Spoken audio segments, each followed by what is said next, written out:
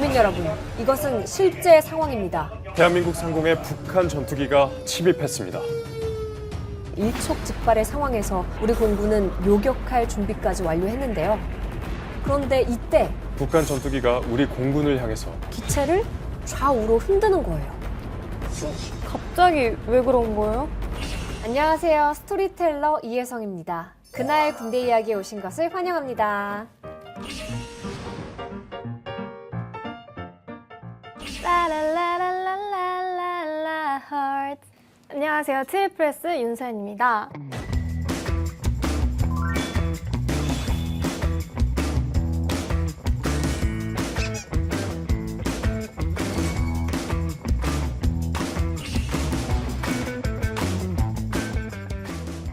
안녕하세요. 스토리텔러 병장 김민재입니다.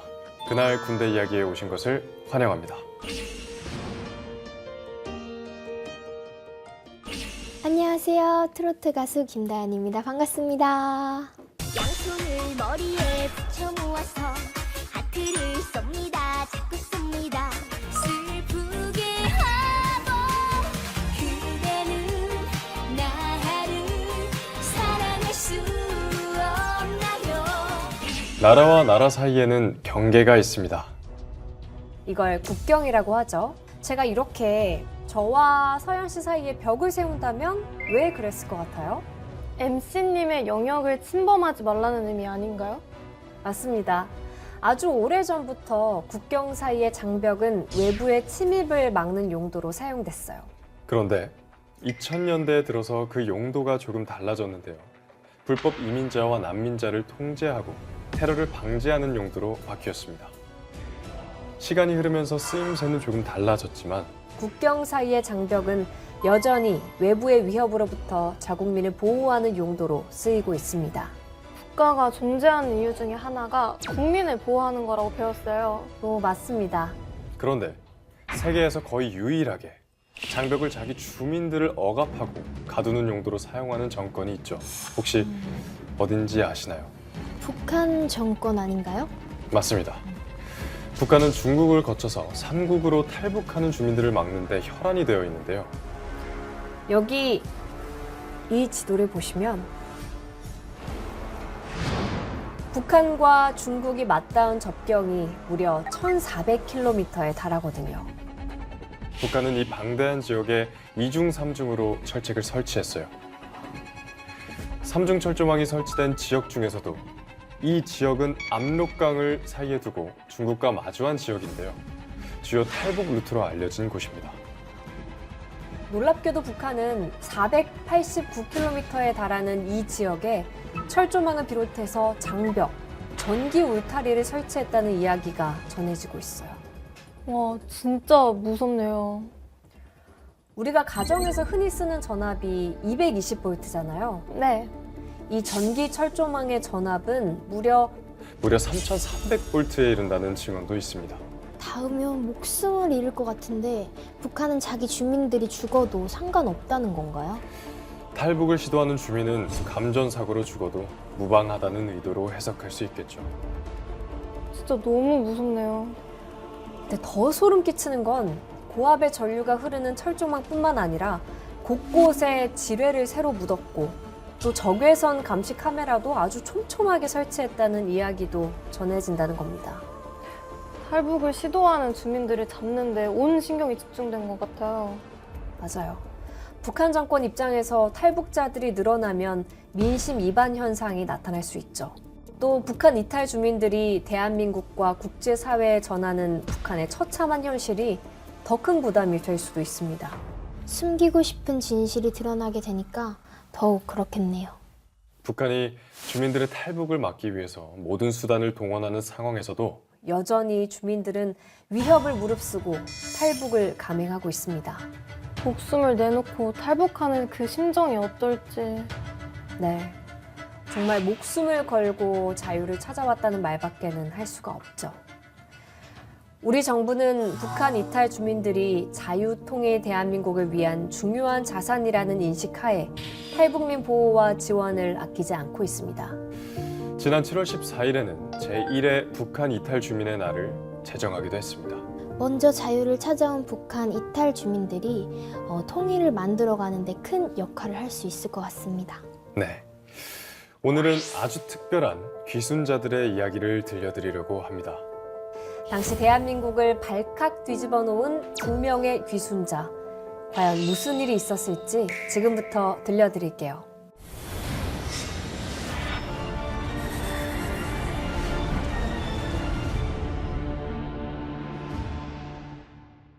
(1983년 2월 25일) 오전 10시 55분 별다른 일 없이 평화로운 아침이었는데요.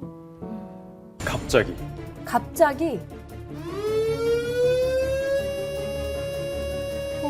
실제 공습 경보를 발령합니다.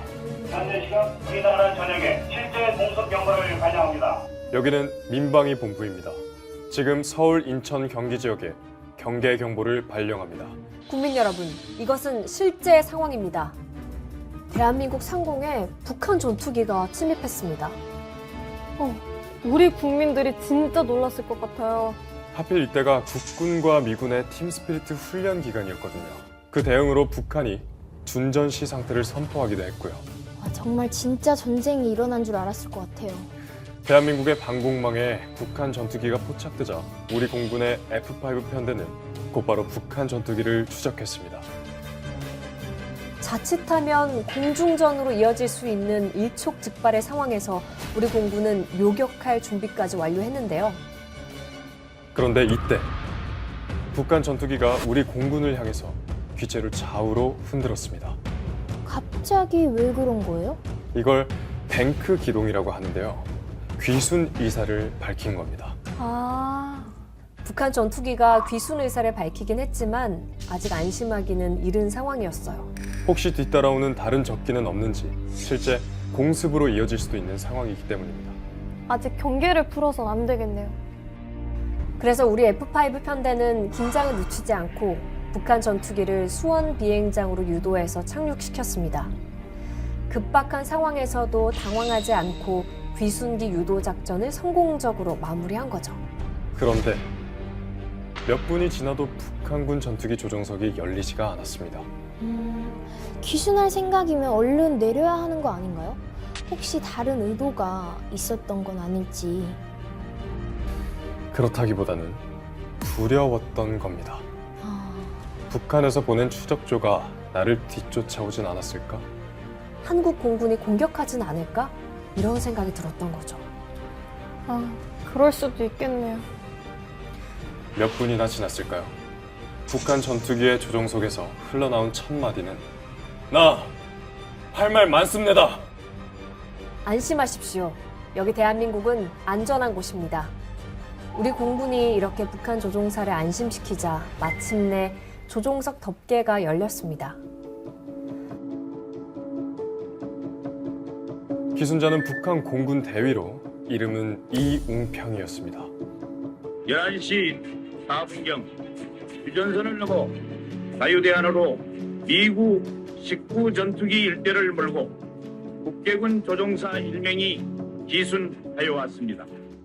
이웅평 대위의 기자회견은 충격적이었는데요. 북한이 전쟁을 준비하고 있다는 내용이었습니다.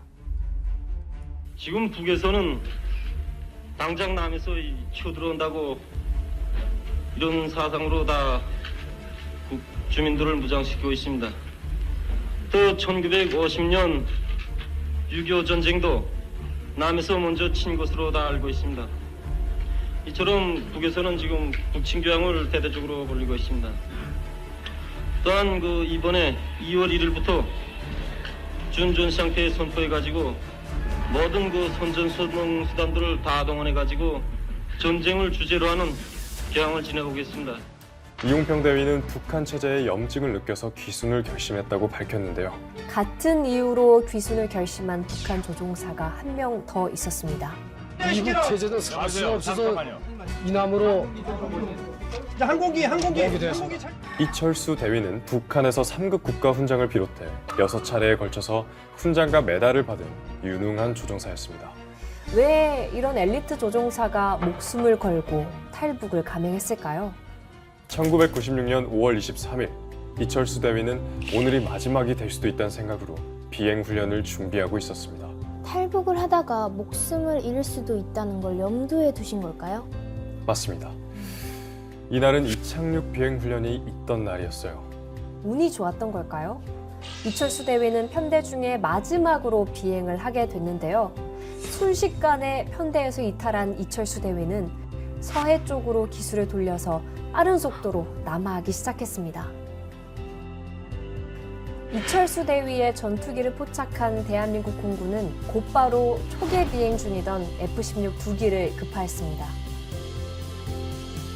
이번에도 우리 공군이 출격해서 기순자를 도왔겠죠? 맞습니다. 이철수 대위의 전투기는 우리 공군의 귀순기 유도 작전에 따라서 무사히 수원 비행장에 착륙했습니다. 우리 공군이 또 든든하게 귀순을 도왔네요. 맞아요. 북한 공군 미그 19기 함대가 5월 23일 오전 11시 9분 대한민국으로 귀순하기 위해 서해상으로 남하 긴급 발진한 우리 공군기의 유도 비행으로 수원 공군 비행장에 안착했습니다. 공군은 2번의 귀순기 유도 작전을 성공적으로 수행하면서 누구도 대한민국 영공을 넘볼 수 없다는 것을 증명해냈습니다. 와, 대한민국 국민의 한 사람으로서 너무너무 든든합니다. 한편 전투기를 타고 기순한 이웅평 대위와 이철수 대위는 북한에서의 조종사 경력을 인정받아서 대한민국 공군 소령으로 임관했고 성실하게 복무해서 두 분 모두 대령으로 진급까지 했습니다. 오, 대한민국에서 군 생활을 계속했네요. 맞습니다. 이철수 예비역 공군 대령은 북한에서 13년, 한국에서 26년, 모두 39년 동안 군 생활을 했는데요. 북한에서 전투기 조종사로 근무했던 경험을 살려서 북한의 전략, 전술 분석을 비롯해서 전투 정보를 교육하는 임무를 수행했습니다. 남북을 모두 경험한 지식과 경험이 대한민국에 많은 도움이 되었을 것 같습니다. 세상을 떠나기 몇 달 전 인터뷰에서 행복했냐는 질문에 이렇게 대답했다고 합니다. 행복했냐고요? 글쎄. 그러나 귀순을 후회한 적은 없습니다. 후회해 본 적은 한 번도 없어요. 북한에서는 100가지를 못하고 한 가지 정도를 할 수 있었다면 한국에서는 100가지를 다 할 수가 있어요. 저 한테는 굉장히 기회의 땅이고 충분히 목숨 걸 만한 가치가 있는 땅이다. 비교는 안 되지만 너무너무 만족스럽죠. 와서 보니까 북한은 거대한 감옥 같았어요. 저는 거기에 사는 2천만이 넘는 사람들은 아무런 자유가 없고 그리고 허락을 받아서 생활해야 되고 어떻게 보면 탈북이 아니라 탈출을 한 거죠. 저는 북한군에서 정말 나라를 지키고 국민을 지키고 해야 되는데 군대 나가니까 처음부터 가르치는 것이 수령과 당의 군대다. 그래서 수령을 위해서 총폭탄돼야 된다. 하루에 식량을 300g도 안 준 것 같아요. 아, 탈북을 해야 되겠구나. 이 사회에서 내가 먹고 사는 것조차 해결이 안 되는구나. 오늘 이야기를 듣고 어떤 생각이 드셨나요? 먼저 목숨을 걸고 귀순을 선택한 조종사 두 분의 용기가 대단하다는 생각이 들었고요. 이 분들이 무사히 자유의 땅을 밟을 수 있도록 대한민국 하늘을 굳건하게 지켜준 공군에게도 감사한 마음이 들었습니다. 기순자분들이 대한민국 공군의 일원으로 활동하시면서 많은 기여를 했다는 사실이 인상 깊었던 것 같아요. 북한 이탈 주민들을 먼저 온 통일이라고 하죠. 우리 국군은 오늘 소개해드린 귀순기 유도 작전을 비롯해서 지상과 해안 접경 지역으로 탈북하는 귀순자들을 안전하게 유도하고 있습니다. 지난 8월에는 육군 22사단과 해병 2사단에서 북한군과 북한 주민의 귀순 유도 작전을 완수하기도 했습니다. 우리나라 북한 이탈 주민까지 안전하게 지켜주는 국군이 정말 든든합니다. 우리 국군 장병들은 지금 이 시간에도 땅과 바다, 하늘에서 대한민국을 지키기 위해 불철주야 노력하고 있습니다. 따뜻한 격려와 진심 어린 응원을 부탁드리겠습니다.